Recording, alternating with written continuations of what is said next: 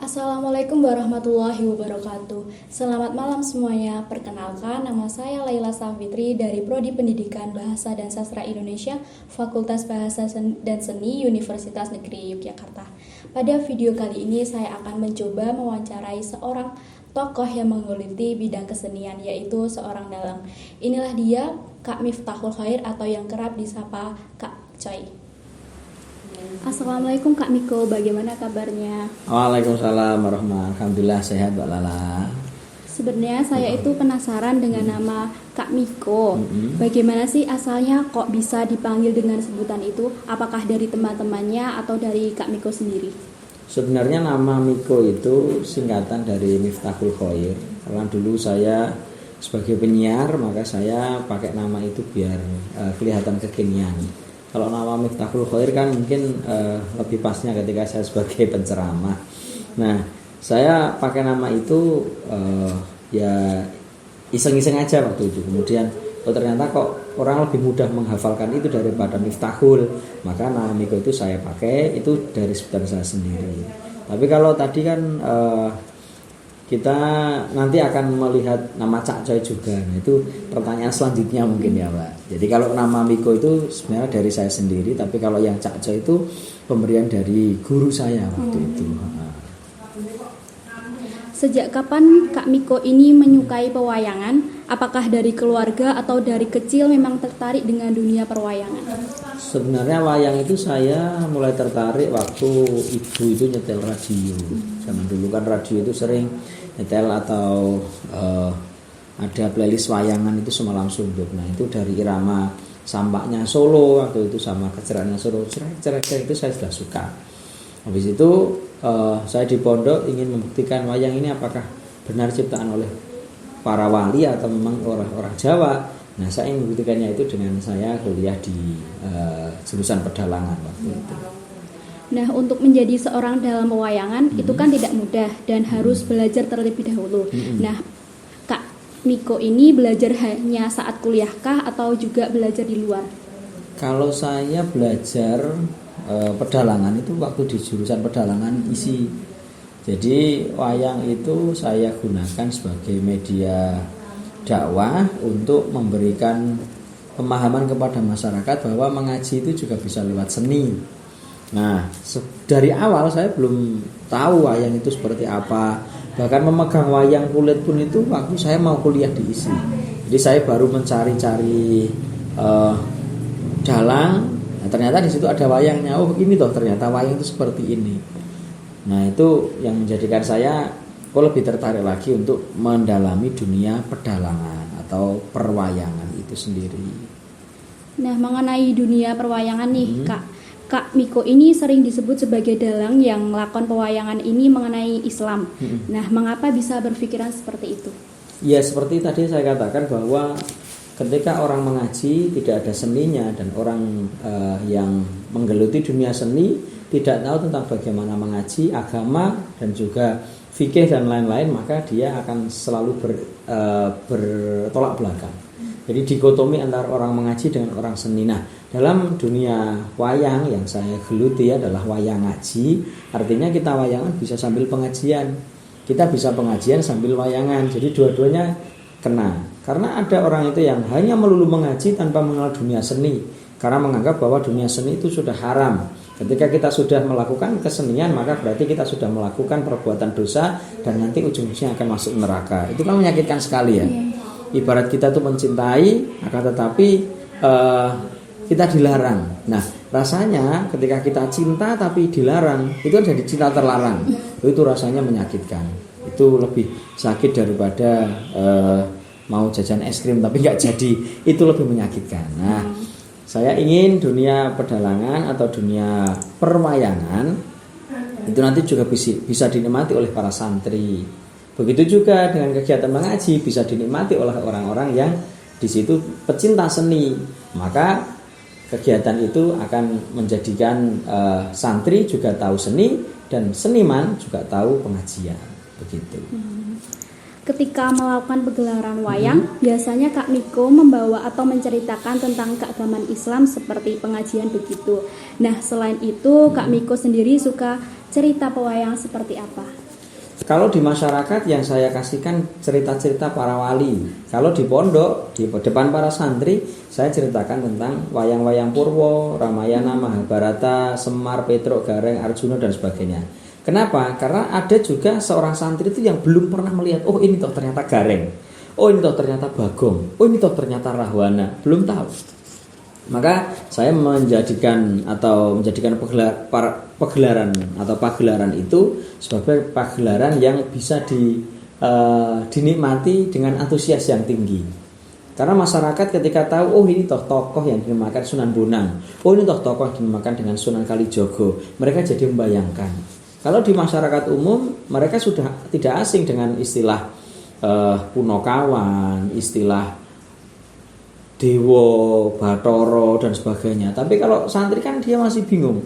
Maka dari itu saya konsepnya dibalik. Ketika di masyarakat yang saya ceritakan adalah wayang yang tokohnya para wali. Ketika di pondok atau di depan para santri, para pemuka agama, yang saya ceritakan adalah tentang wayang-wayang Purwo gitu. Biar sambung antusiasnya lebih tinggi begitu.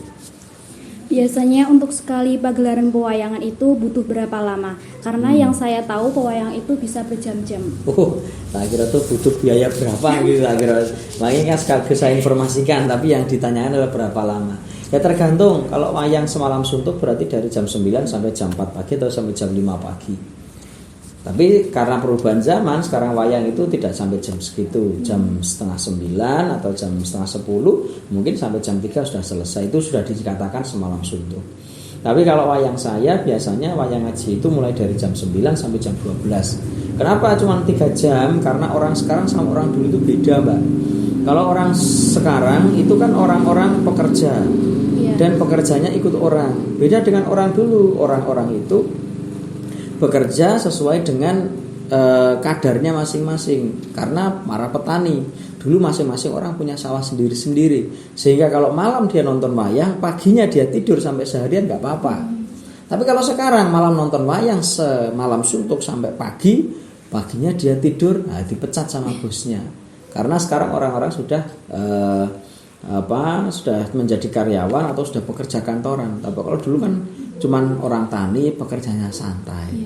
Nah itu saya suguhkan ketika wayangan hanya ya cuman 2,5 atau sampai 3 jam itu aja sudah cukup untuk memahami satu lakon. Nah kalau lakon-lakon yang lain itu kan nanti bisa dipanjangkan, bisa dipendekkan. Yang jelas nanti untuk menjadikan wayang itu menarik jangan terlalu lama. Kalau terlalu lama nanti bosan. Karena dulu orang itu hiburannya aja cuman kesenian. Sekarang kan hiburannya banyak, game, kemudian TikTok, YouTube, itu hiburan orang sekarang. Selain sebagai dalang, yang saya tahu Kak Miko ini juga seorang penyanyi, pembawa acara, dan juga sebagai penceramah. Nah, itu semua memang Kak Miko belajar terlebih dahulu atau bagaimana? Sebenarnya kebalik. Jadi dari penceramah, pembawa acara, kemudian dalang, baru penyanyi. Jadi penyanyi itu paling akhir. Kenapa? Karena saya baru menikmati dunia nyanyi itu ya akhir-akhir ini sejak boomingnya lagu Ambyar punyanya almarhum Didi Kempot itu saya ingin melanjutkan perjuangan dari mereka. Kenapa? Karena dengan alunan musik, ketika bermusik itu bisa menjadikan lebih dekat dengan Tuhannya, berarti musik itu kan nggak masalah, tidak haram begitu. Nah kalau penceramah itu mas saya dari semenjak dulu dari madrasah aliyah ya, jadi pulang dari pondok itu sudah disuruh ceramah oleh orang rumah. Kemudian saya lanjutkan, ternyata kok lebih asik ketika kita berhadapan dengan jamaah daripada kita harus membelakangi jamaah. Kalau kita wayangan kan kita berhadapan dengan wayang, membelakangi penonton. Tapi kalau kita ceramah kan kita menghadapi jamaah. Cuman MC, penyanyi dan sebagainya itu ya sebagai hiburan sebenarnya. Kalau intinya ya saya lebih enjoy di pengajian. Kenapa saya enjoy di pengajian? Ya karena lebih lebih puas saja. Sehingga apapun yang kita sampaikan kemudian kita puas dengan yang kita sampaikan itu menjadi hobi. Nah ketika hobi kasarannya kita menemukan passion. Nah menemukan apa yang menjadi keinginan kita sampaikan, itu adalah sebuah kepuasan. Begitu. Nah itu semua kan tidak sebentar ya Kak. Apakah pernah di saat yang bersamaan, misalnya di hari yang sama dapat panggilan untuk ngedalang dan juga untuk pengajian gitu? Hari yang sama bisa untuk wayangan, pengajian, bahkan MC pernah itu sehari itu.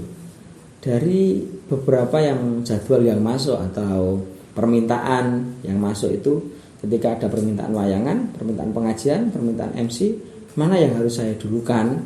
Sebenarnya saya mendahulukan siapa yang masuk dulu. Ketika yang masuk itu sudah MC, ya berarti saya harus meluangkan waktu saya untuk MC. Walaupun berjam-jam ya, MC itu capek Mbak, lebih mudah ngaji daripada harus MC. Kalau kita yang masuk itu jadwal wayangan dulu, ya berarti saya wayangan dulu. Cuman kalau misalkan baru tawar-menawar antara MC, ngaji atau wayangan, kasarannya MC itu 2 juta. Kasarannya misalkan ngomong seperti itu. Ngaji cuman 1,5 juta. Saya kacak 500, saya mending pilih ngaji. Karena apa? Karena ngaji itu lebih enak dan lebih leluasa daripada MC. MC itu guyoni kiai ini rawani, tapi kalau kiai guyoni MC ini wani. Nah, itu lebih leluasa dan insya Allah manfaatnya juga lebih baik, lebih banyak dan diniati tentang li'ila'i kalimatillah, untuk menegakkan agamanya Allah.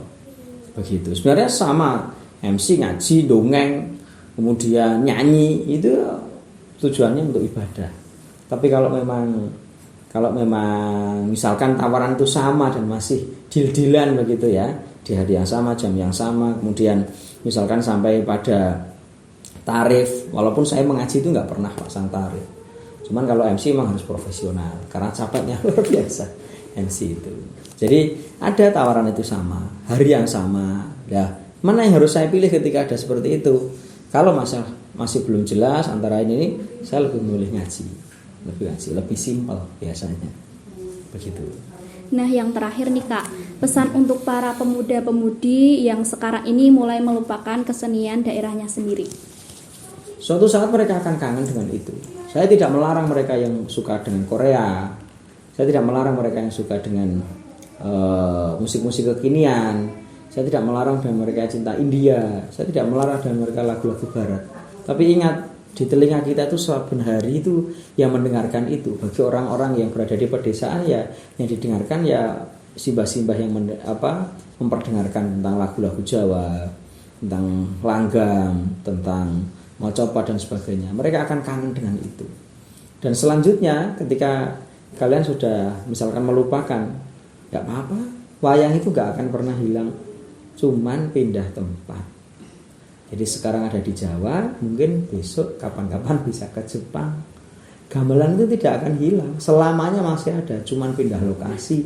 Yang sekarang mungkin di Jogja, besok bisa ke Australia, bisa ke Mesir. Itu karena bukan amin, ini memang sebenarnya sudah terjadi. Jadi di sini sudah tidak minat, yang minat adalah orang lain. Nah, ketika kita yang punya kita diminati orang lain, memang kalau masih kita dalam rengkuhan kita itu tidak terasa. Tapi kalau sudah dimiliki oleh orang lain, itu maka dia akan kelihatan indah dan kita berkoar-koar. Itu sama kayak lagu saya yang berjudul Oh Mantan. Nah, silakan nanti dilihat. Nah, Kak Miko ini dapat kita temukan di berbagai media sosial.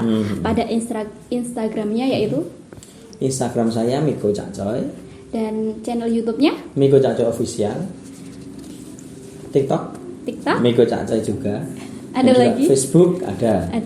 Jadi saya aktif mungkin di media sosial. Cuman kalau Twitter itu tidak belum ada mungkin. Sudah ada, tapi akunnya sudah pernah tak buat, cuman lali passwordnya. Ya di Twitter itu. Caranya mengembalikan gimana, tugasnya Akbar itu mungkin nanti yang akan mengembalikan. Cuman saya nggak begitu aktif di sana karena saya lebih suka jalan-jalan daripada harus menulis. Itu makanya burung Traveloka itu lebih langsing daripada burung di Twitter kan, karena dia hanya menulis sambil berbahan. Kalau Traveloka sukanya jalan-jalan kan burungnya. Malah iklan Traveloka. Siap, matur nuwun. Sekian wawancara saya dengan Kak Miko. Hari ini mohon maaf apabila ada perkataan yang tidak sesuai. Saya akhiri. Wassalamualaikum warahmatullahi wabarakatuh. Waalaikumsalam warahmatullahi wabarakatuh.